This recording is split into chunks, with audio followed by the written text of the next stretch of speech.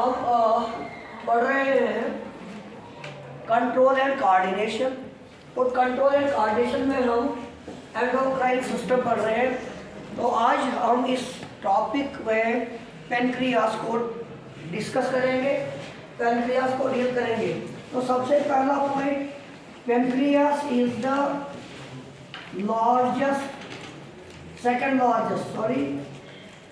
Second largest gland after liver. सबसे बड़ा gland liver है, तो लिवर के बाद दूसरे नंबर पे पेनक्रियास है। Number second point, its weight is 85 grams. Its weight is 85 grams. Number 3, it is elongated. It is an elongated, ये बिल्कुल लंबा ऑर्गन होता है, elongated yellowish organ, elongated yellowish organ। मैं लोकेशन बाद में दे दूंगा। और एक बात हम कहेंगे, it is a heterocrine gland.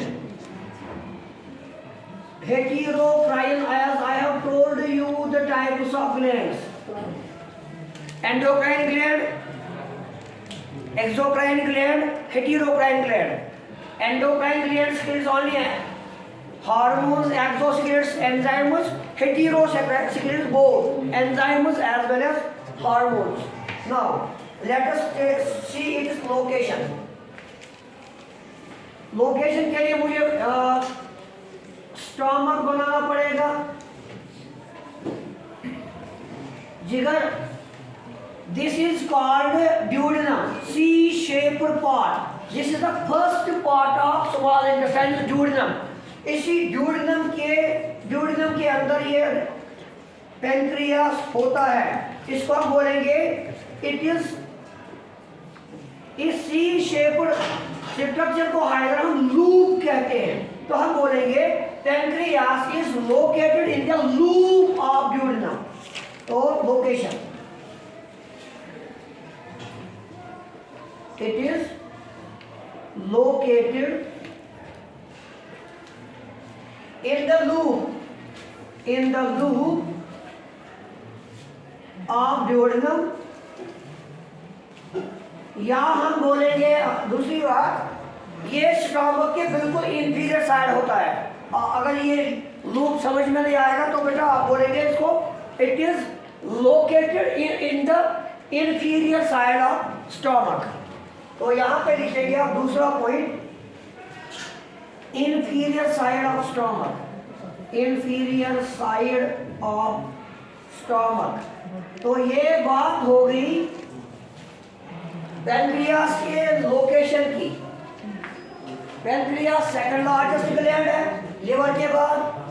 इसका वेट 85 ग्राम्स होता है।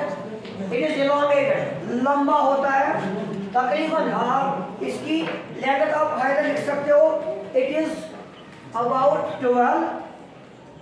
12 to 15 सेंटीमीटर्स लॉन्ग। इतना लंबा होता है pancreas. Let us move towards it.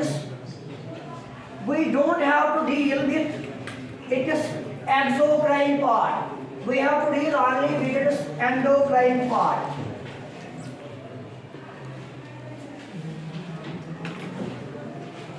मैं लिख दूंगा यहाँ पे एंडोक्राइन पार्ट ऑफ पेनक्रियास। बेटा एंडोक्राइन पार्ट ऑफ पेनक्रियास को डिस्कवर करने वाला है लैंगरहैंस। इस एंडोक्राइन पार्ट को हम आइलेट्स ऑफ लैंगरहैंस भी कहते हैं।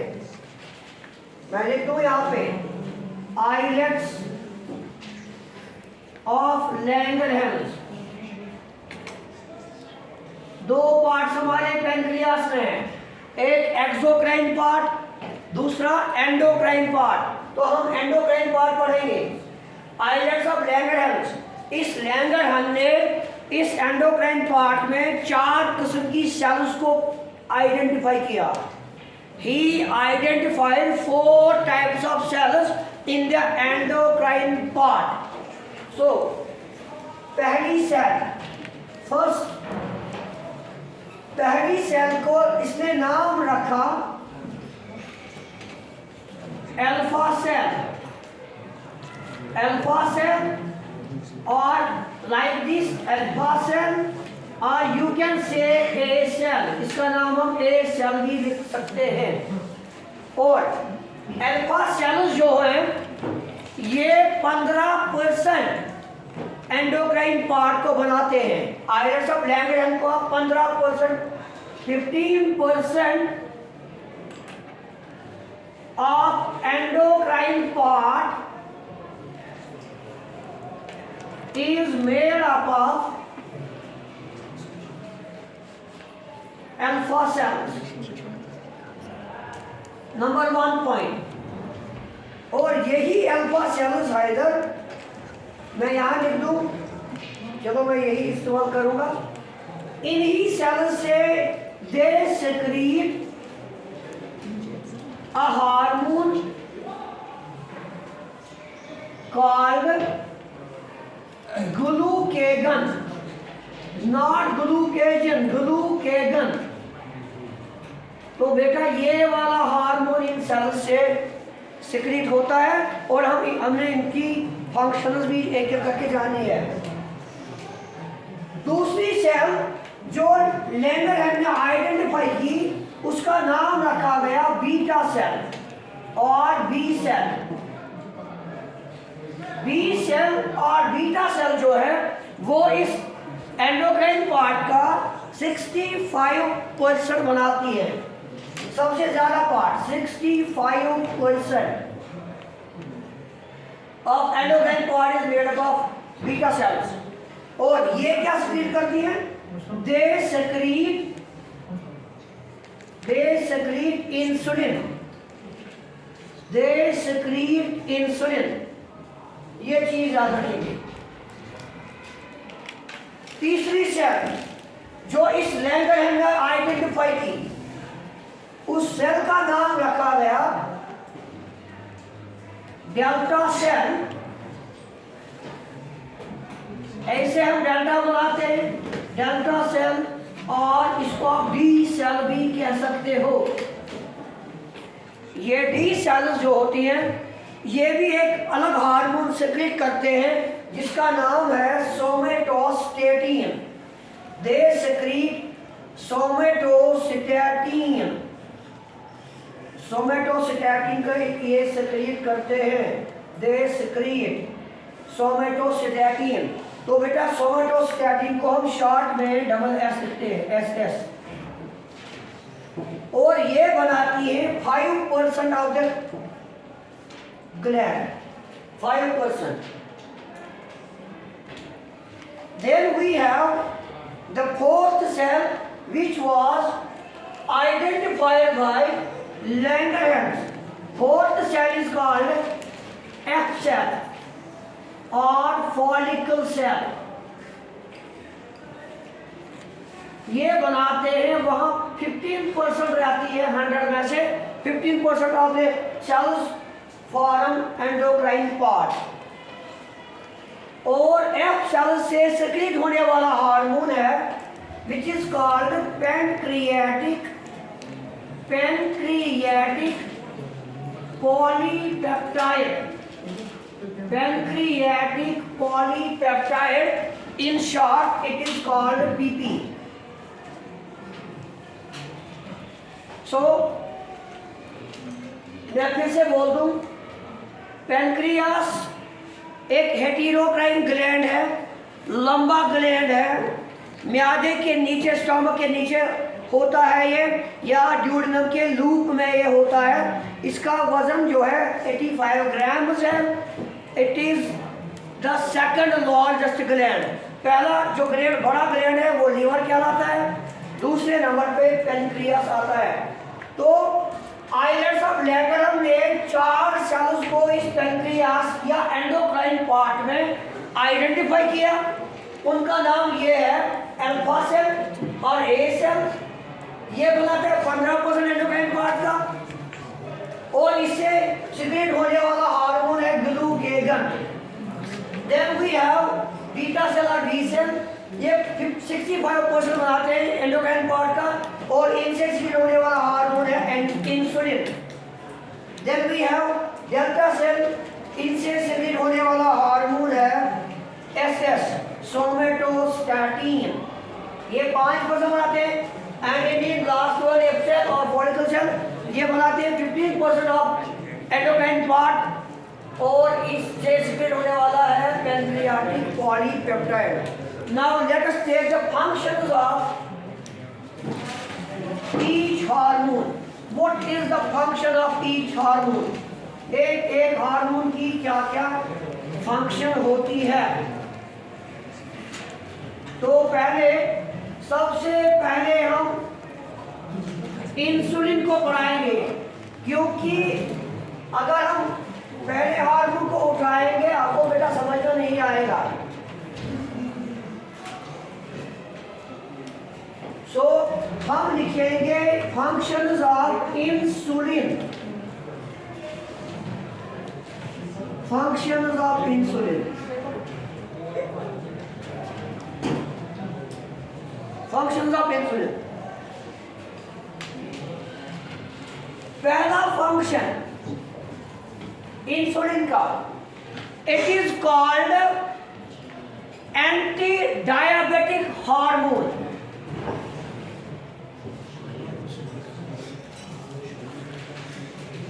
अगर ये स्वस्थ है, अगर ये काम कर रहा है तो इंसान में डायबिटीज हो ही नहीं सकती, जिसको हम कश्मीरी में बोलते हैं शुगर, मोटापा, ओबेसिटी। Anti diabetic hormone. दूसरा पॉइंट, इसका काम है बेटा जितना भी हमारे खून में शुगर बनता है, ग्लूकोज बनती है, उस सारे शुगर को ये कन्वर्ट करता है ग्लाइकोजन में और रखता है लिवर में, स्टोर रखता है। जो भी खून में एक्स्ट्रा ग्लूकोज होता है, एक्स्ट्रा ग्लूकोज को ये कन्वर्ट करता है और स्टोर में रखता है। स्टोर इसका कहाँ है? लिवर और मस्कुलर। तो मैं लिख दूं it converts extra glucose into glycogen. याद रखना, इधर वो था ग्लूकेगन, हार्मोन का नाम ग्लूकेगन है, लेकिन केमिकल यहाँ पे ग्लाइकोजन है। ग्लाइकोजन फिर क्या करता है? इस ग्लाइकोजन को, इसको ये स्टोर करता है, stores it in the liver. फिर ये लिवर में इसको स्टोर करता है। मैं इसको यहाँ पे ग्लूकोज, बेटा ग्लूकोज कन्वर्ट कर दिया गया इनटू ग्लाइकोजन, एरो पे। तो ग्लूकोज को ग्लाइकोजन किसने बनाया?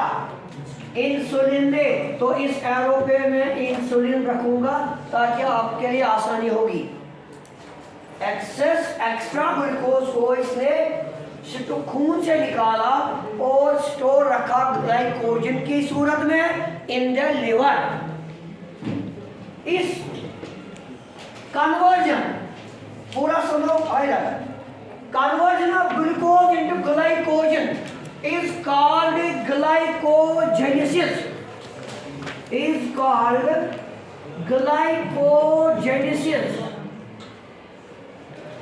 याद रखना सर, ग्लूकोज का ग्लाइकोजन बनना ग्लाइकोजेनेसिस कहलाता है और इसको कन्वर्ट करने वाला इंसुलिन है। तीसरी फंक्शन,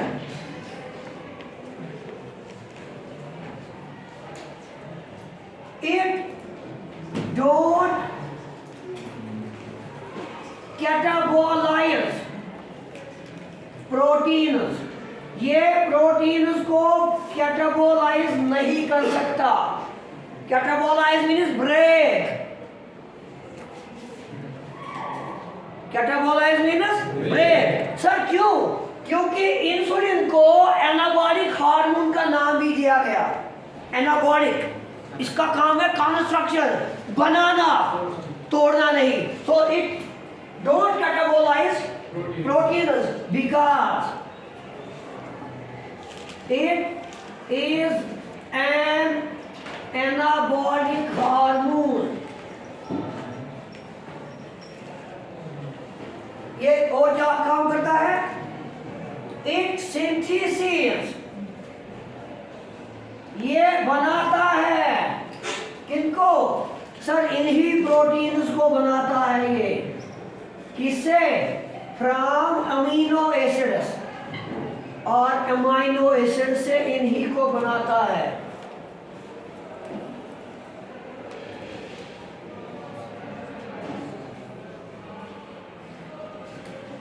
और क्या करता है? ये ऑक्सीडेशन ऑफ फैट्स को नहीं होने देता है, ऑक्सीडेशन ऑफ फैट्स रोकता है, ऑक्सीडेशन ऑफ फैट्स रोकता है। तो ये इंसुलिन का काम है। सबसे बेस्ट काम आप इतना याद रखेंगे सर, जितना हमारे खून में एक्स्ट्रा ग्लूकोज होता है उसको एक होता है भाई चलो आ जाओ, आपको मैं एक जगह रख दूंगा, उस जगह का नाम है लीवर, और ये लीवर में इसको रखता है in the form of glycogen which is called glycogenesis. और बेटा छठा पॉइंट, इसको ग्लूकेगन का दुश्मन भी कहते हैं, ग्लूकेगन का दुश्मन भी कहते हैं। It is also called antagonist. Antagonist, protagonist हो गया दोस्त, एंटागोनिस्ट हो गया दुश्मन। इट इज एंटागोनिस्ट टू ग्लूकेगन, ग्लूकेगन का ये दुश्मन है। मतलब भाई वो क्या होता है, इसने क्या बनाया, ग्लूकोज को ग्लाइकोजन, वो वापस उल्टा करेगा, ग्लाइकोजन को ग्लूकोज बनाएगा। तब क्या हो गया, तब इंसुलिन भी, इंसुलिन अगर एंटीगन से इसका है, अगर इंसुलिन इसका दुश्मन है तो ये भी इंसुलिन का दुश्मन है। So they are antagonist to each other, हम ये कह सकते हैं। Now let us move towards the functions of glucagon. मजेदार लेसन है ये, बढ़िया लेसन है।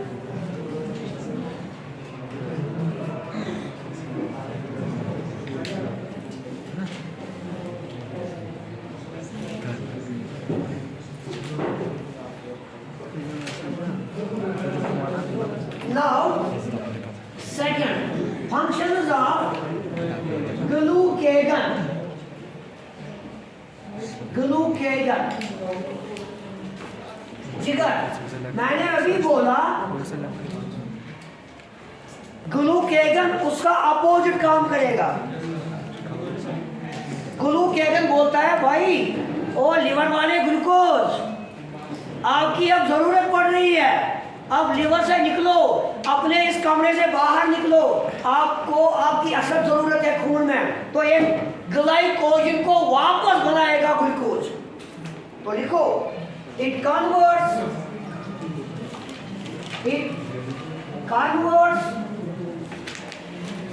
Glycogen back into glucose.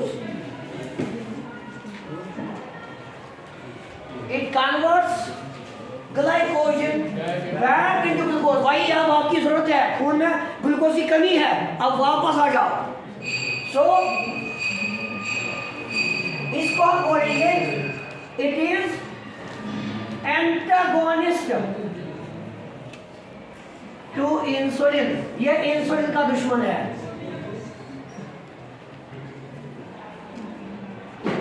तो हम ऐसा लिखेंगे मैंने लिखा था ग्लूकोज बन गया था हाइड्रोजन ग्लाइकोजन। किसने किया? इंसुलिन ने। पूरा समझो भाई, ग्लूकोज बन गया, ग्लाइकोजन बनाया इंसुलिन ने।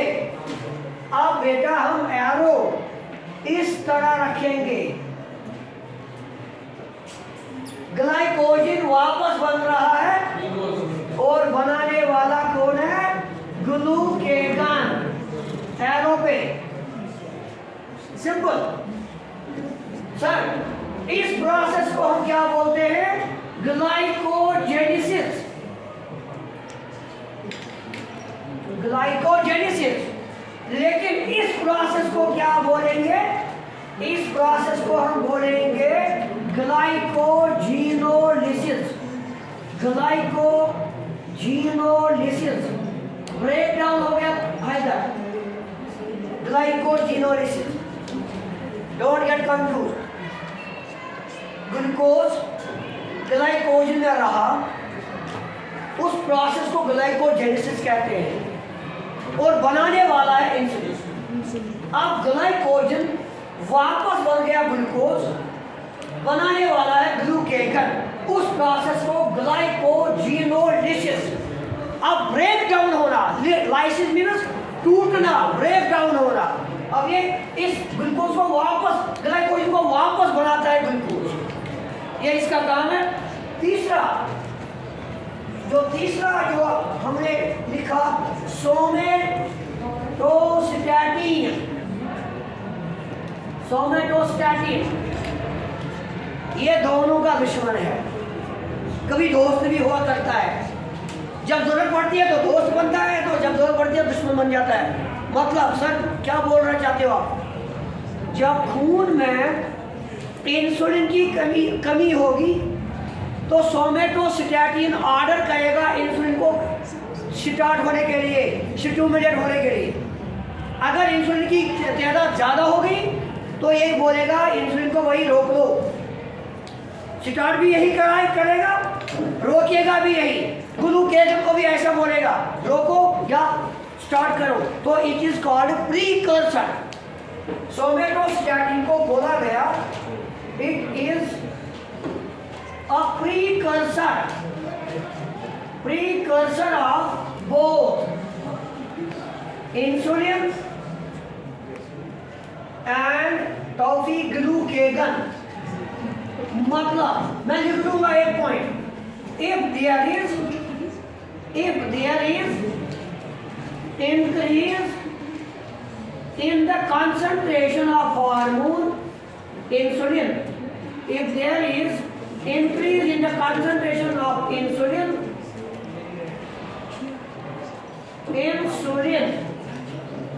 comma, it suppresses it, ये इसको रोकता है। और जब डिक्लाइन होगी एंड लिखेंगे हम टॉपिक चार्ट में वाइस वर्सा, उल्टा काम करेगा। ये स्टार्ट भी कराता है, स्टॉप भी कराता है। यही लास्ट पॉइंट, लास्ट हार्मोन वो मैं यहां पे बोल दूं बेटा, PP, pancreatic polypeptide. Pancreatic polypeptide का काम है, पैंक्रियास से हाइड्रोजन जूस निकलता है। अभी बोला पैंक्रियास इज हेटेरोक्राइन ग्लैंड, तो इससे जूस भी निकलेगा, एंजाइम जिसको हम बोलते हैं। तो ये पैंक्रियाटिक जूस को इनहिबिट करता है। भाई आप बाहर मत निकलो, आप इंटेस्टाइन में मत आ जाओ। पैंक्रियाटिक पॉलीपेप्टाइड का काम है to inhibit the pancreatic juice into the intestine. ये इनको इंटेस्टाइन में आने नहीं देता है। Inhibits the pancreatic juice into the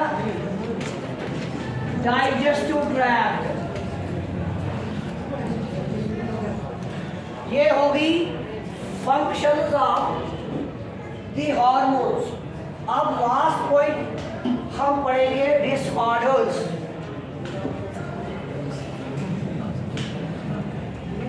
disorders disorders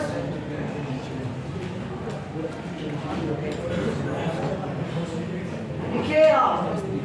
first disorder, disorders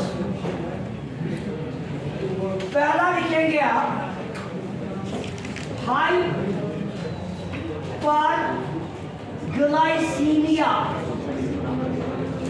hyperglycaemia, hyper हो गया ज्यादा, ग्लाइसीमिया होगा ग्लूकोज।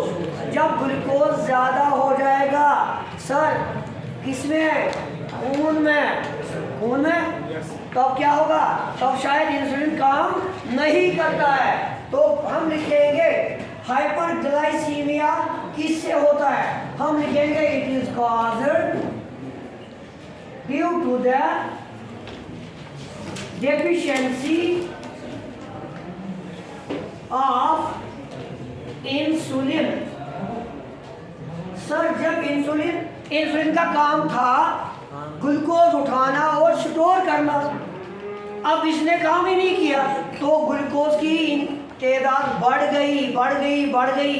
तो जो हमारा यूरिन होता है, यूरिन के साथ शुगर आना शुरू हो गया।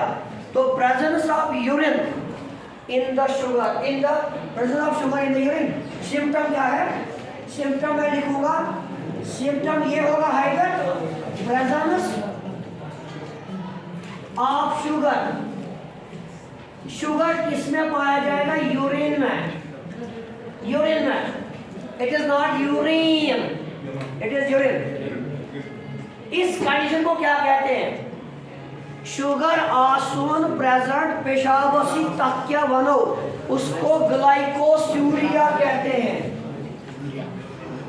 डॉक्टर साहिबान यही टर्म इस्तेमाल करते हैं, ग्लाइकोस्यूरिया।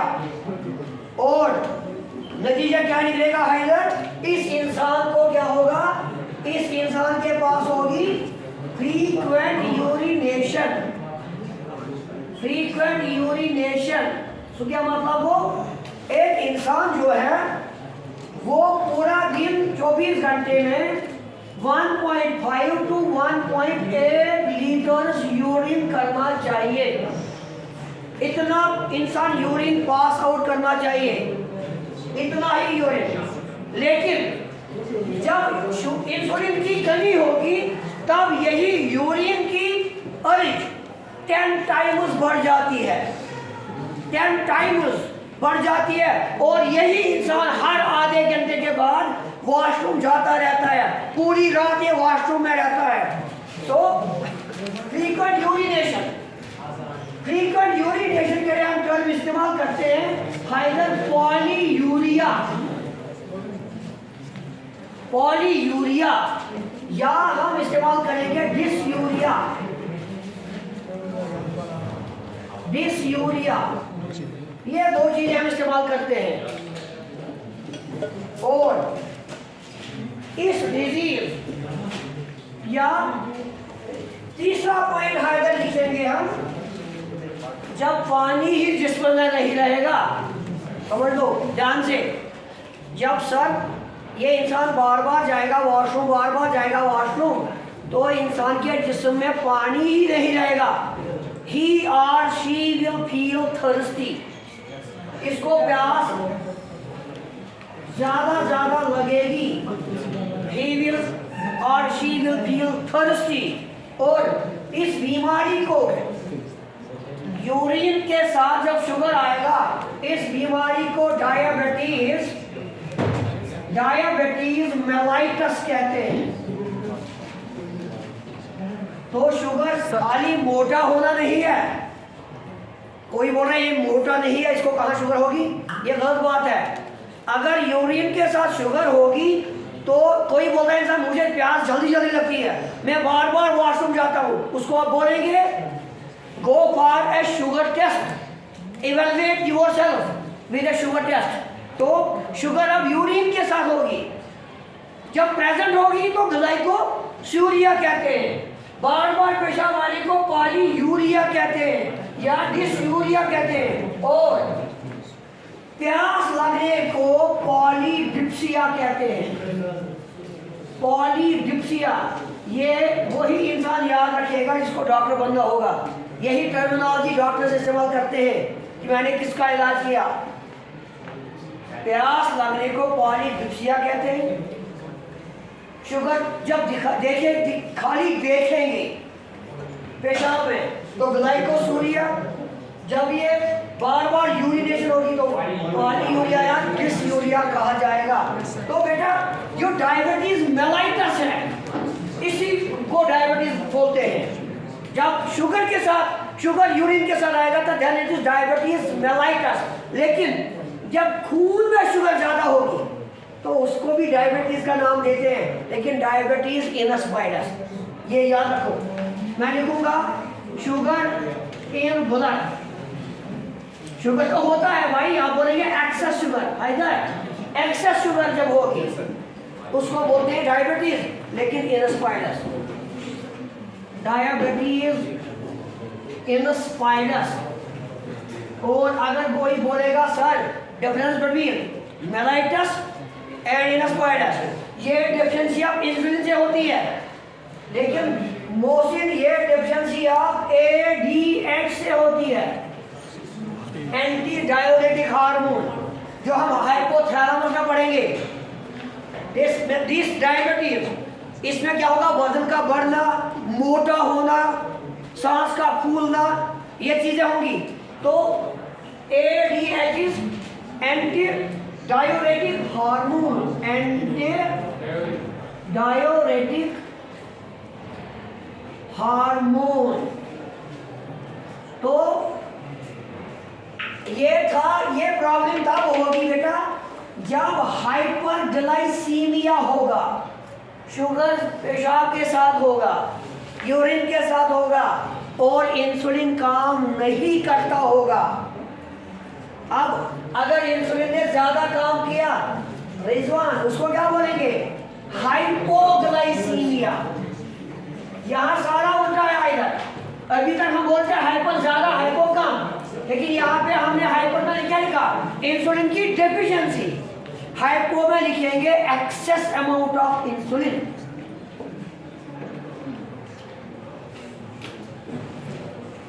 Now the last disorder we have hypoglycemia. Hypoglycemia जब ग्लूकोज कम होगा सर, वो तब होगा कम जब इंसुलिन ज्यादा काम करेगा, ज्यादा ओवर एक्टिंग करेगा। ओवर एक्टिंग मतलब वो सारी ग्लूकोज को लेगा और लिवर में रखेगा। ओ भाई यार थोड़ा तो रखो ना ब्लड में, हमें जरूरत है शुगर की। लेकिन ये क्या करते हैं, ओवर सिक्रीशन इसकी हो रही है और ये एक्सेस सारी ग्लूकोज को लेके किधर रखेगा, लिवर में रखेगा। खून में कोई ग्लूकोज नहीं रहेगा, नतीजा निकलेगा ये इंसान मर भी सकता है, इसकी डेथ भी हो सकती है। उसको इंसान ये इसकी स्वेटिंग होगी और अनकॉन्शियस, ये बेहोश पड़ जाएगा और ये इसको बिल्कुल 5 मिनट के बाद भूख लगती होगी। तो ये सिम्टम्स है कब, जब होगा बेटा एक्सेस अमाउंट, एक्सेस सिक्रीशन जब होगी ऑफ इंसुलिन, तब बेटा क्या होगा, तब होगी स्वेटिंग, तब होगी कंफ्यूजन। बेटा इसकी आंखों में डबल विजन दिखाई देगी, डबल विजन जिसको हम कश्मीरी में दुर्गोट कहते हैं, डबल विजन और इसको बेटा होगा, इसको होगी अनकॉन्शियसनेस, ये बेहोश पड़ जाएगा और इसको हंगर ज्यादा लगेगी, ही विल फील हंग्री। और बेटा इसको तुरंत हमें इंसुलिन इंजेक्शन देना है यहाँ से ही। लेकिन एक बात याद रहे, जो जिसके घर में डायबिटिक पेशेंट है उनको बोलिएगा जब आप इंसुलिन के इंजेक्शन लेते हो या इंसुलिन की या डायबिटीज की दवाइयाँ, तुरंत आप कुछ खाइए। अगर उन्होंने नहीं खाया तो उनकी मौत हो सकती है, याद रखना। बहुत सारे डायबिटिक पेशेंट ऐसे होते हैं, वो डायबिटीज की दवाइयाँ लेते हैं लेकिन उसके बाद खाते नहीं है, वही लोग सिनकोप में जा सकते हैं, बेहोश हो सकते हैं। इसलिए उनको बोलो, क्योंकि उसका काम है ना शुगर को कन्वर्ट करना जल्दी जल्दी, तो खून में कोई शुगर ही नहीं रहेगी, वो इंसान बेहोश होकर मर जाएगा। तो शुगर वाले पेशेंट को आप बोलेंगे, एडवाइस करेंगे कि तुरंत आप कुछ खाएंगे। Thank you very much.